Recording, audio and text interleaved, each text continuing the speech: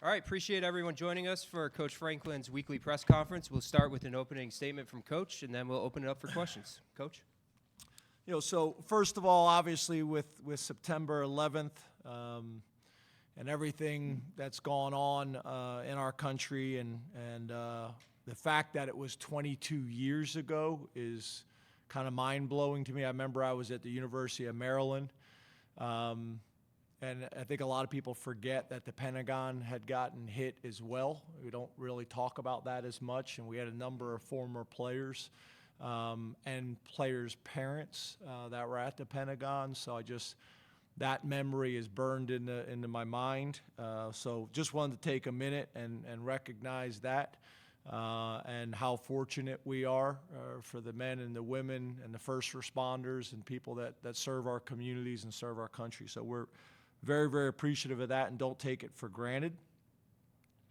In terms of our last game, again, phenomenal crowd, especially when you consider the fact that it was a 12 o'clock game. We were supposed to get bad weather, and right now I think after two games we're averaging 109,661 fans, which is great. We go to Illinois, which is a tradition around here, opening on the road in the Big Ten. We love it. I actually called Pat a little bit ago, and I think they're talking about coming out with a new schedule. So, we're going to try kind of reverse psychology and ask to be on the road this year and see what happens this coming up year. But it's going to be an orange out. Should be a great atmosphere. I think last year we opened at Purdue as a blackout. I think we went to Auburn. It was an orange out. So it'd be a great environment for college football. We're looking forward to it. When you talk about just kind of some of the summary of the last game, offensive player of the game was Drew Aller. Defensive player of the game was Dom DeLuca. And then special teams was Alex Felkins. And then our D-squad players of the week was Jack Lambert and Liam Powers with the offense, Jace Tuddy and Kavion Keys with the defense, and then Jace Tuddy also on special teams. Jace is doing a really good job for us, a young man out of Stroudsburg, Pennsylvania. Some more notes, just some positives on that game. We talked about getting better, the importance of getting better each week. And if we do that, we'll like where we're at come the end of the season. And we talked about getting better specifically in the metrics that we measure and talk about each week. For example, early in the season, missed tackles, missed assignments. We went down in both of those categories. Really cool. We were able to play 80 players in the game. As you guys know, some of our veteran starters really only played a handful of plays in the game, which is great. Defensively, we were able to get off the field. We had 10 3-and-outs. We had 2 turnovers. You combine that with the offense being really efficient. In today's college football, to say that our offense had 91 plays in the game is really unusual. Really unusual. I thought special teams, we were more consistent, specifically with how we kicked the ball. Real positive for us is starting fast. And in the last 2 games, the offense has started the opening drive of the game with a touchdown. And then middle 8, we were able to score a really nice 2-minute drive with no timeouts at the end of the half, and then start the second half with a touchdown as well. So 14 points there in the middle 8. Areas for growth. Situational football, situational football, situational football. It's 4th and 1. We go punt safe.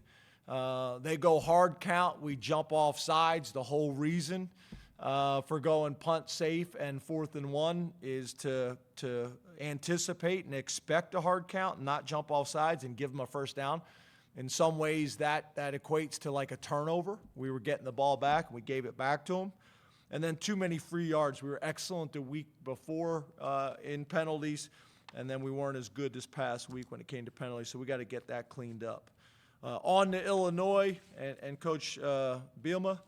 Obviously, he's got a ton of history as a head coach, and specifically a head coach in the Big Ten Conference. I've known Brett for a while. He goes on the Nike trip that me and my wife go on as well. him and his wife, so we've gotten to know him both personally and professionally. Got a ton of respect for him and what he's been able to do. I think it's also helpful. You got two head coaches in the Big Ten that have been head coaches in the SEC to sort of have that perspective in our conference meetings, I think is helpful. The defensive coordinator, Barry Looney, you talk about them and what they do. Excuse me, I said defense coordinator. I mean offensive coordinator, Barry Looney, and what they do. They're a spread team. 11 personnel is what they're going to base out of. They're trying to find ways to get the ball in the number one's hands. Isaiah Williams, who feels like he's been playing at Illinois forever, and then I think the Luke Altmaier, the young man who transferred from Ole Miss, has really helped them. He came in the Toledo game and drove them right down the field, and I thought last week was able to make plays with not just his arm but with his legs as well. I think he had a 72-yard touchdown. And then defensively, Aaron Henry.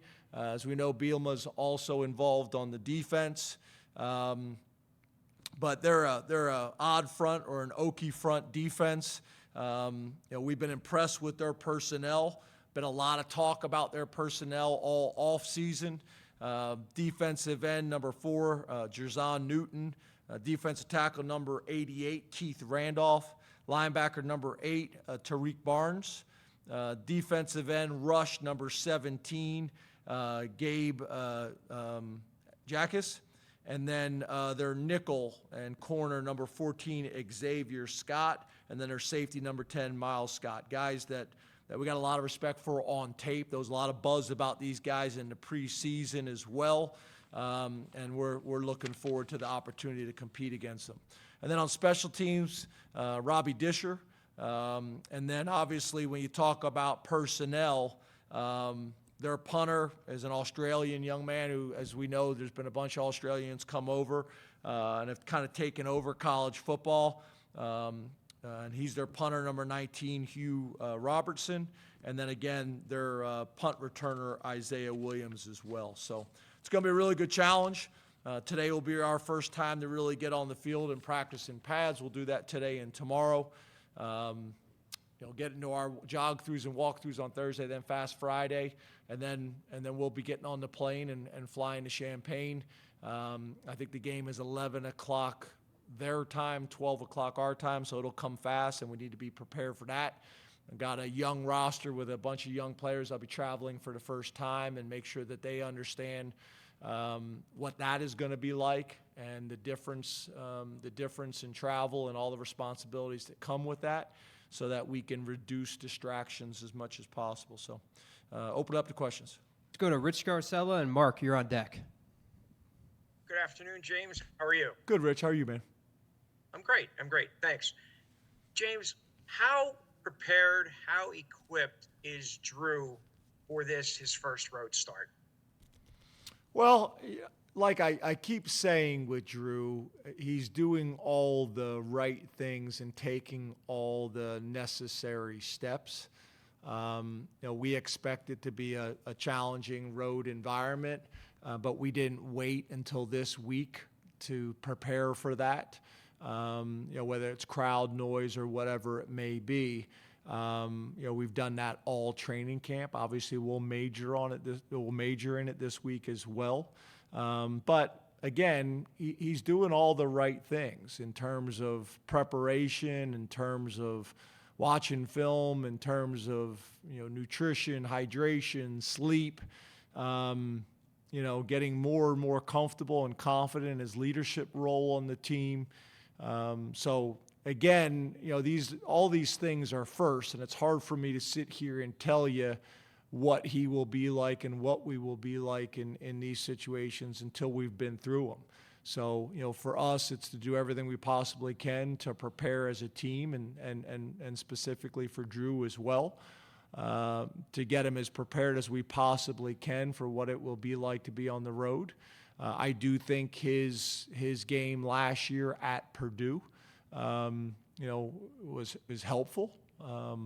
But most importantly, I want to make sure by Friday night when we're going to bed that we've done everything we possibly can to have him and the team prepared to go play and play well. Let's go to Mark Wogenrich, and then Frank, you're on deck. Hi, James. How are you? Hey, Mark. Good, man. How are you? Appreciate it. Good. Thanks. The 2021 season, did you go back and conduct any analytics of the Illinois game, specifically the overtimes? And if you did, are you using any of that analysis now? How is that benefiting you now?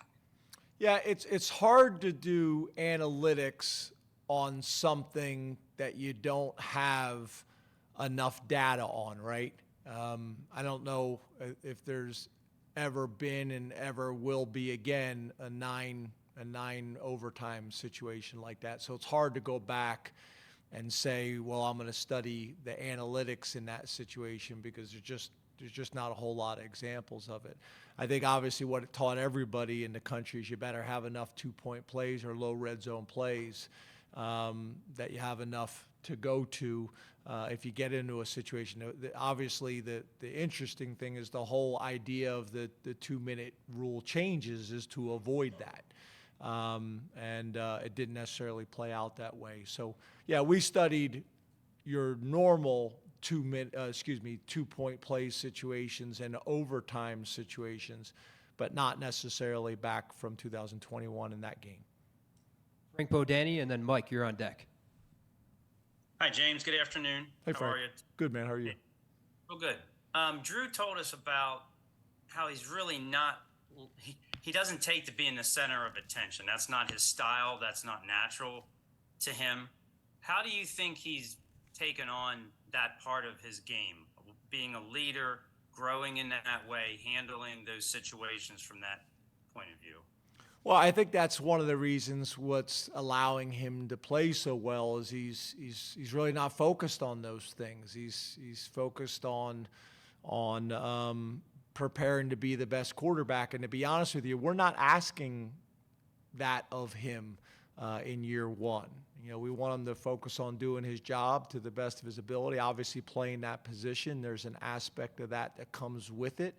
But I think he's spending all his time and energy on how can he be the best quarterback for Penn State, and we're not asking that of him. It's kind of similar to a couple years ago, you know, when Mike got here and we kind of made some changes to the offense.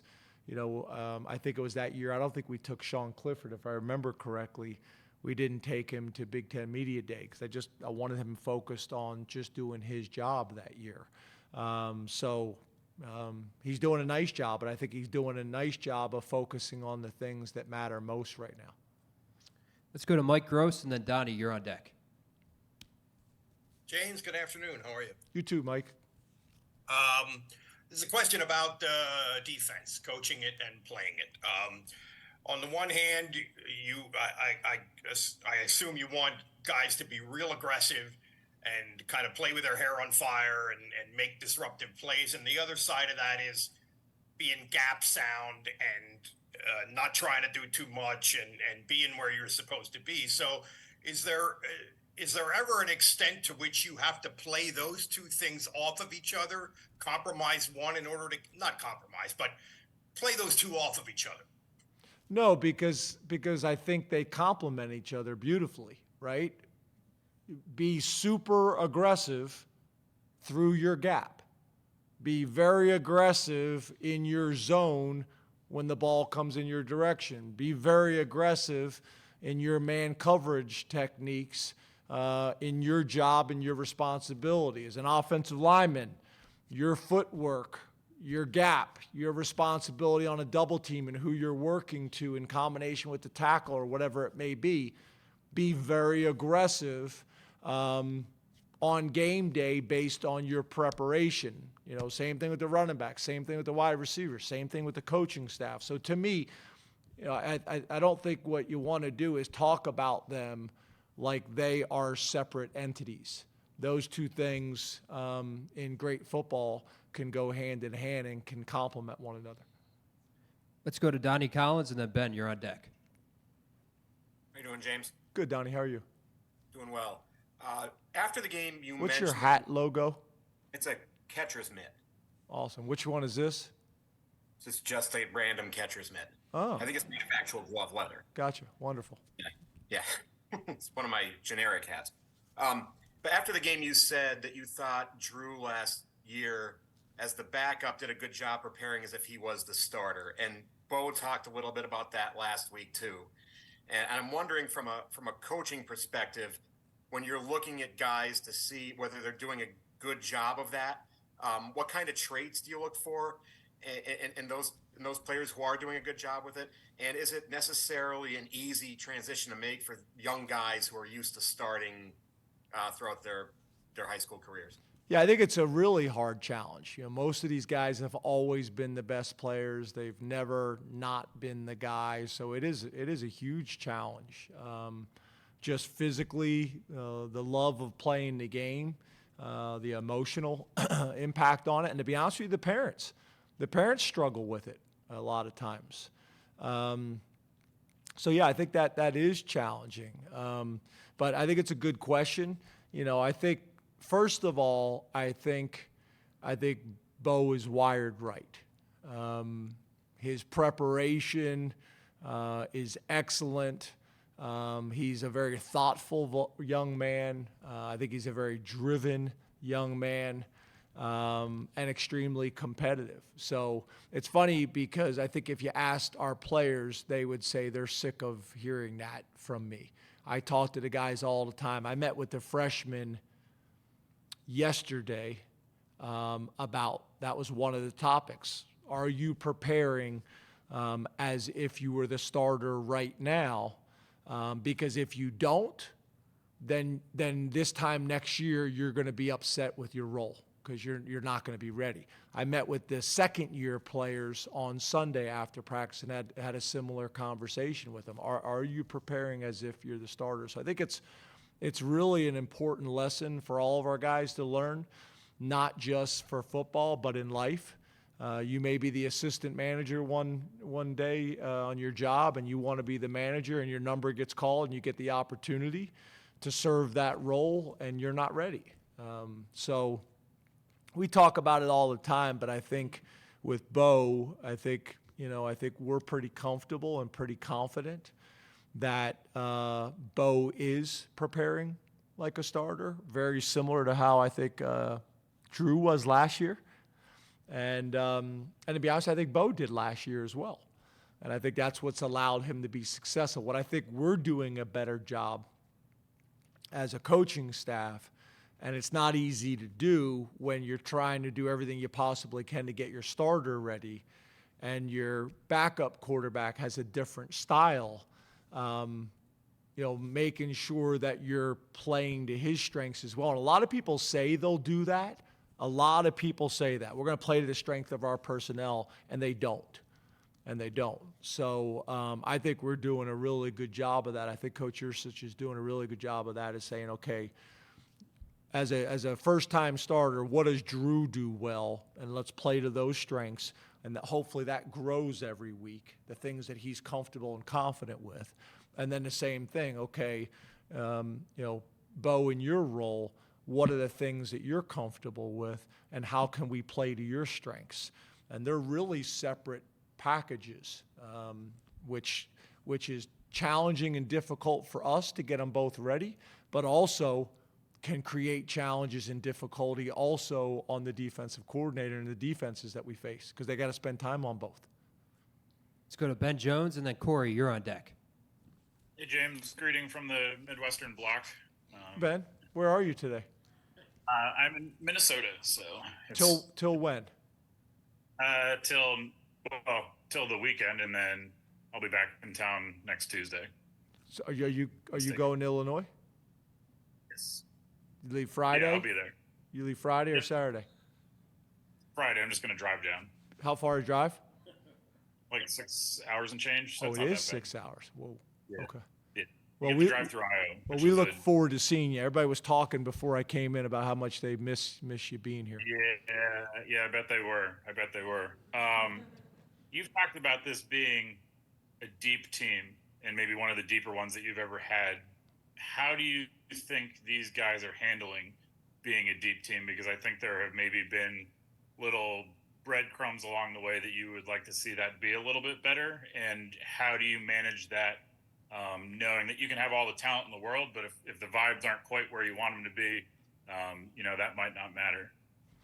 Yeah, it's interesting because we were just discussing this as a staff. We got some young players that we're excited about, and they are going to play. But every time you give the guy who's the 3 deep on your roster reps, that's taking away reps from the 2 deep. So it's this balancing act, and I think it's important that everybody kind of embraces that and understands that. But it's amazing. I mean, that's one of the challenges of being a college football coach, right? Is you got 85 guys on scholarship. You got right around 120 guys on the team, give or take, depending on the program. And you want everybody in that locker room to feel appreciated. And that's almost impossible. You want all the parents to understand the process and embrace the process. That's almost impossible. So we just try to talk about it as much as we possibly can. I think for the starters and the veteran starters who've played a ton of football, I think they're great with it. It's the guys who are starting for the first time or the guys that are in the 2 deep that are fighting and competing for every rep they get. The challenge is, okay, say you get a game like last week and you're able to get those 3s in the game. Well, that works out really good. And in your mind, well, the 2s will play a ton the rest of this year. Well, they may not. It just depends on how some of these games go in terms of your rotation or in terms of, how guys have practiced that week or what makes sense based on the score and the time and the situation. There's so many things that kind of go into it. So just trying to balance it and trying to have as many discussions as you possibly can. That's why your roster management and your game management is critical. And with new staff, I got to make sure everybody's on the same page. So that's one of the reasons why we have a staff meeting every single morning at 7 a.m. to talk about these things, right? To kind of go through, okay, let's go through the depth chart now based on last week. Any changes, okay?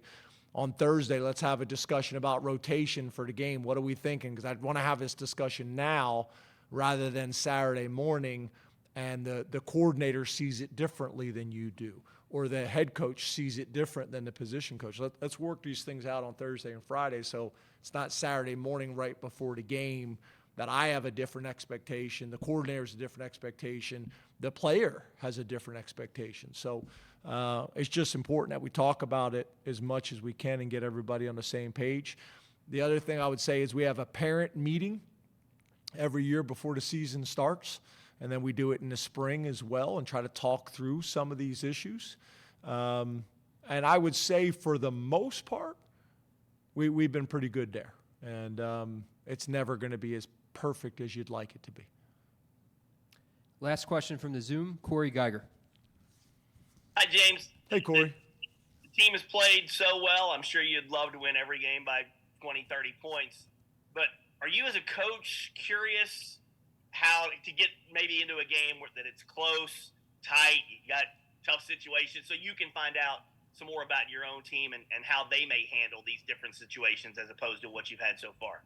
Yeah, again, that goes back to I just want to get better. I just want to get better every single week.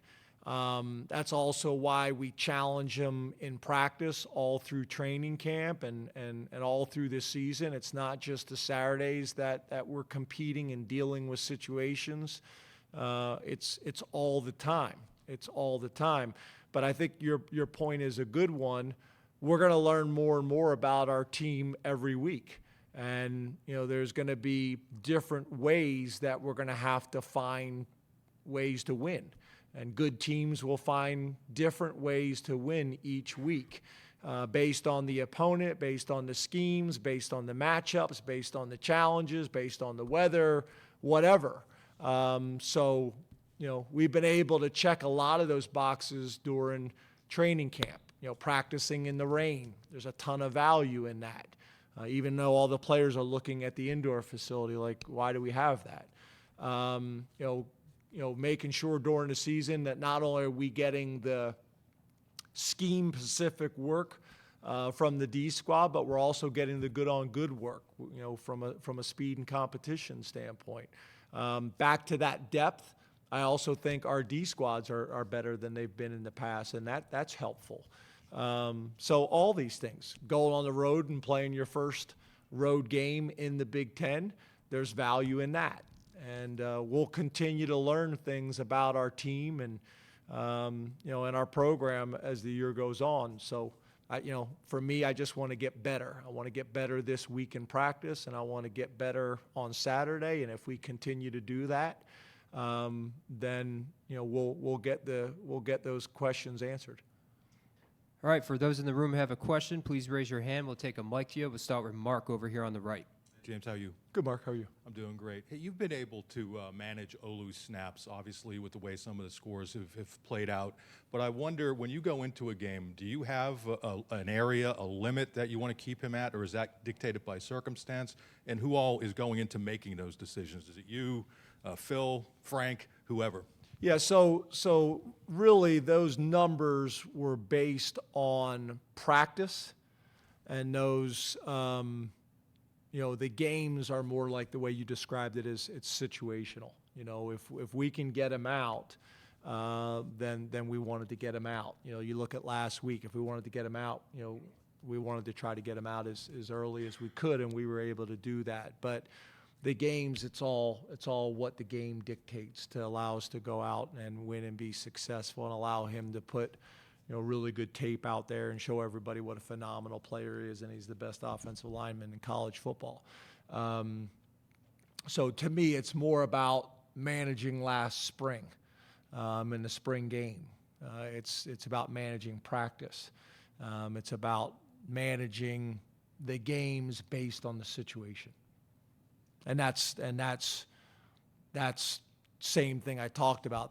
Those are the type of discussions that are happening in the staff meeting at 7 a.m. They're the discussions that are happening in my office with Trout and Frank to make sure we're on the same page, and then also during the game, to make sure I know who's going in the next series and why, and make sure we all see it the same way.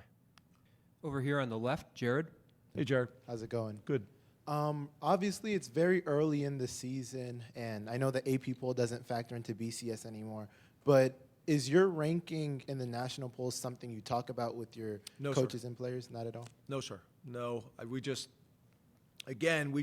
wanted to find a way to get a win the first week, get a win the second week, and then find a way to get a win this week. And as long as we continue to get better and do the things that I think we're capable of doing, then all those things will take care of themselves. Where the only thing I would say on that I think helps is I think being a part of those discussions helps you at the end of the season. But I think TCU is a really good example last year. I think we were a really good example last year that there's ways to still get there. No matter where you were preseason or where you were early in the season, you just got to go out and you handle your business and take a very mature approach to it. And the preseason polls and week 2 polls really don't matter, right? So we have not spent any time talking about that as a staff or a team as I can remember. Audrey. Hey, Audrey. Good. I wanted to ask about 2 of your freshmen, King Mack. We've seen a lot of what's impressed you about him so far, and Jameel Lyons. We've also seen a good bit of. Is Jameel someone who is maybe in the yellow category or green category at this point? Yeah. So when you talk about King, specifically King, he was a guy that we identified very early on in training camp based on his testing numbers, based on his strength numbers, based on his ability to pick up the defense, on his ability to make plays that we felt like he was going to factor in, and from a depth chart perspective on defense would factor in. So now it's okay, well, we need to get him involved in special teams. And, Coach Poindexter was comfortable with that. Manny was comfortable with that. Stacy was comfortable with that. So we kind of moved forward, and I think that will continue to grow. He's fast. He's aggressive. He's violent. The ball likes him. He's had the ability to make plays on the ball all during training camp as well. I think you'll just continue to see him gain confidence and have a really good year that his role will continue to grow. When you talk about Lyons, specifically him, right now we still have him in the yellow category, like a lot of guys that played on Saturday. That could change, but again, part of that is based on how healthy we're able to stay. And all these guys on here that we've designated yellows, those can change real quickly. Obviously, in a perfect world, we hope we stay as healthy as we possibly can all season long. And then now we're just making those decisions based on, hey, this guy has moved up the depth chart, knows the defense inside and out, is making plays. But he's obviously shown in practice and in games that he belongs. And now it's him continuing to learn the package, understand the defense inside and out, so that maybe he's one of those guys by game 5 that we say, hey, we're going to green light him, or he's a guy that we're just going to maximize the 4 games plus postseason. We'll see how it plays out, but the guys on the team love him, and they're excited to watch him in practice and in games. And I know the coaching staff, he's really earned the staff's respect as well. I'm really proud of him. I'm proud of a lot of these guys. Back left, Andrew. Coach, Hey, Andrew. I know you had mentioned about going on the road in your Big Ten opener, and you kind of been a pattern. But what's also been a pattern is you haven't had a Big Ten opener not in Week 1 since like 2019 or something like that. Is this how you would prefer it, to get a couple games under your belt before you get into conference play?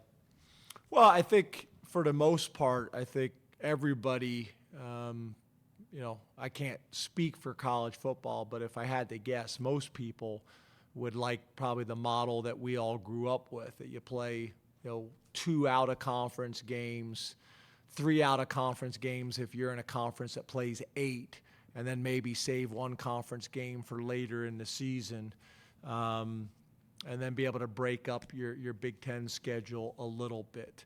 I think that's ideal, but I think what's happened, if you look at most of the conferences, and what the TV people want, is they want to be able to spread out those types of games through all 12 weeks of the regular season. So so there's some give and take there and understanding of that. But since we have led for so long, I'm assuming we won't have another one like that for another 10 to 15 years, based on how it's gone. On the right, Tyler. James, how are you today? Good. How are you? Great. We saw so many offensive linemen on Saturday. If I could ask about 3 specifically, 2 freshmen who had extended action in Anthony and Javen, and then Nick Dawkins, who played most of the game. He was at center and saw some of him at guard. It was kind of a fresh look for us at Nick, based on him missing so much time last year. Those 3 guys, now that you've had some time to evaluate the game film, what do you think you got out of it? What did they get out of that experience on Saturday? Yeah, Dawkins is a guy, that, again, I think that the staff and the players have a ton of respect for. He's done things the right way since he's gotten on campus. He's one of our more natural, charismatic leaders. He is super smart, very articulate, and I think he's really a team-first guy. So he is kept working and kind of waited for the opportunity to present itself, and it has, and he's run with it. And I think he's a really good example for a lot of players in our program, that if you keep a really good attitude and continue to work hard and prepare yourself, that at some point an opportunity is going to present itself and you got to take advantage of it. So I'm proud of him, and for him to get those reps and be able to get Hunter out of the game, at that position where he's the quarterback of the offensive line, but then also be able to play him at guard to create some more depth from that perspective, and also some position flexibility for himself was really good. And then Donk is a guy that we've been impressed with. I think you guys have heard me talk about during the recruiting process. He committed, pretty early on. We told him and his family to come to camp. They came to every single camp. He just kept getting better as a high school player, and showed up here, really far along developmentally. Really has done a nice job. I think you'll see his role continue to grow. And Javen is a guy that's super talented and comes from an unbelievable high school program. But he lacked some experience in pass pro, and that's an area that he's making tremendous strides in and improving. Really two really good young players that we're excited about. There's others as well you didn't bring up, so I'm keeping it to these two specifically. But then Dawkins as well is a great example of a guy that was able to get in the game and played at a really high level, very similar to what we see at practice every single day. Over here on the left, Mike. Hey, James. Mike? The list is getting kind of long. Michigan, Iowa, Michigan State, Northwestern. And then when you throw in NIL and the portal and collectives, what's the scrutiny and pressure like being a head coach these days, and how do you deal with it? So what were you saying about the schools? I'm not sure. I They're all at the very top of their programs. In the past year, 18 months, have dealt with firings or investigations or suspensions. Gotcha. And then what was your question again? I'm sorry. Given all that, the scrutiny and the pressure, there seems to be more pressure than ever. And scrutiny, how do you deal with that? Yeah, I guess for me, I don't really spend a whole lot of time on what you just said and thinking about that. I try to take the same advice that I give and just try my very best to be the best version of myself for the players, for their parents, for the staff, for my family as I possibly can be. And that's not always easy, right? It's constant, and this is a challenging job. And as you guys know, I think I struggle with how to balance my time with my family as well as the team and my responsibilities for both. Having a strong wife, I think, is really important and helpful. Living in a college town, I think, is really helpful because my wife and kids being able to stop over to office like that.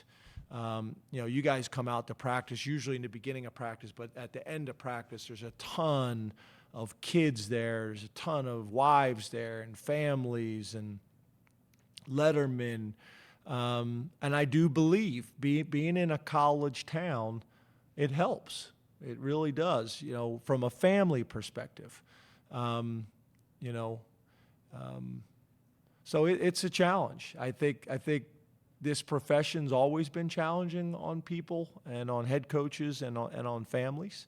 So I don't know if it's more so. Maybe we're just seeing a recent trend that's a little bit closer to home for us. But again, I try to take the same advice that I give my players and just try to be the best version I possibly can for the players, for their families, for my family, for the Penn State community, the best I possibly can. I'm going to make a mistake and say something silly every once in a while in a press conference that you guys will crush me on social media. But it also helps to have such good support from Matt Schuyler, which I've talked about before, and Neely Bendaputi, Dr. Bendaputi, our president, and Pat Kraft.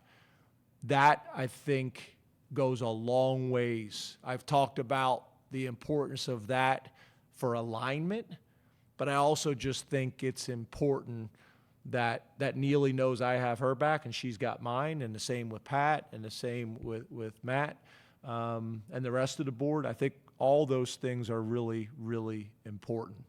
So I know that was a long answer, but I hope I answered it the best I could. Time for two more. We have Neil and then Bob. Hey, James. Hey, Neil. You've talked about different levels of communication with parents, different groups of players.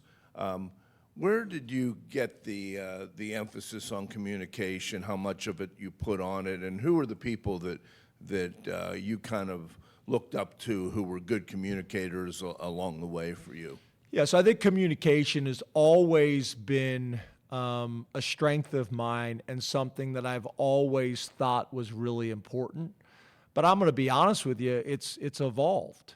You know, with the transfer portal, we're having conversations that we would never have had before. And I think you have to, because if not, the conversations are going on without you. And I think people can make poor decisions if they're not hearing it. Now, you know, what I think we've done a good job is we're not changing the conversation. We're just willing to have it now. And we're going to be very honest and transparent with how we see people. And, you know, that's where you are right now. That may not be where you are a year from now, but that's the truth of it. It's interesting, as some of these guys, they go into the transfer portal and they have success somewhere else, even the guys that we've gotten. And they're like, oh, well, I just needed a fresh start. And that can be the case from time to time. But, you know, sometimes maybe it's just you're a year older and a year more mature. You know, those things play a factor into it. I would say that the communication isn't always a positive. My wife says I'm an over-clarifier, and she hates it.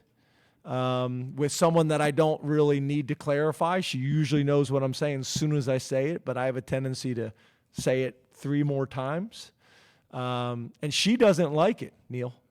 So I do think it's important for the staff. And again, that's why we staff meeting every single morning at 7 a.m. So there's no gray area. Everybody's on the same page. Everybody understands the expectation. I think it's the same thing. We have a team meeting every single day. Why? So everybody understands the expectation. And then, you know, I think there's been some changes. I think a lot of coaches in the past would talk to the parents about academics or social issues or things like that needed to get cleaned up or corrected. A lot of coaches weren't talking about playing time. And I think now I'll have conversations, and so will the position coaches, that maybe we haven't had in the past. How we doing? I'm good. Over clarifier. I like that. Yeah, my wife does not. You had talked earlier about a good defense is going to be aggressive, but also be disciplined, and it's important. A dual threat quarterback like Altmaier is probably going to really test the discipline aspect of that. I was just curious, how did you think your defense played against the West Virginia quarterback who's got maybe some similar qualities? And whether it was good or bad at times, do you think the defense will be better for at least kind of facing that challenge already? Yeah, I think we'll be more prepared this week based on going against West Virginia. I thought we played really well in the first 2 weeks. There was obviously times and moments that we would want to get cleaned up on offense, defense, and special teams. But I thought we did some really good things that are building blocks moving forward. I think that West Virginia quarterback is going to give a lot of people trouble. But I do think having faced him helps. Because the other thing I would say is you say, well, you got to face Bo in practice. And that is true. But a lot of times you don't really get to feel the impact of a dual threat quarterback until it's live. Because in practice, you're blowing the whistle. As soon as the quarterback runs and anybody comes anywhere near him, you're blowing the whistle. Or if it's a sack, you're blowing the whistle, where Bo maybe would have gotten out of a few of them.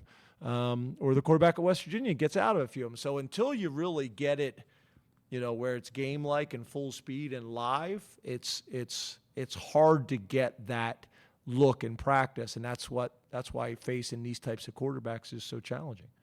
Thank you very much. Thanks, guys. Have a good day.